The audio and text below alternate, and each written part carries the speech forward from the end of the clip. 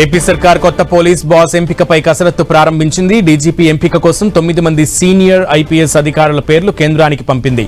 Senior IPS అధికారులైన Anjani Kumar, Madireddy Pratap, Harish Kumar Gupta, PSR Anjaneyulu, Rajendranath Reddy, Nalini Prabhat, Mahesh Dixit, Amit Garg అలాగే PV Sunil Kumar పేర్లను ఏపీ సర్కార్ కేంద్రానికి పంపింది. వీరిలో 3 పేర్లు ఎంపిక చేసి తిరిగి ఏపీ ప్రభుత్వానికి పంపనుంది కేంద్రం. ఇందులో ఒకరిని రాష్ట్ర ప్రభుత్వం ఎంపిక చేయనుంది. అనంతరం డీజీపీ నియామకంపై అధికారిక ప్రకటన చేయనుంది.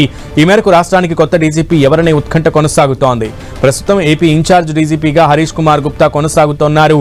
ఆగస్టు 31తో హరీష్ కుమార్ గుప్తా పదవీకాలం ముగియనుంది. దీంతో పూర్తి స్థాయి డీజీపీని నియమించేందుకు ప్రభుత్వం కసరత్తులు చేస్తోంది.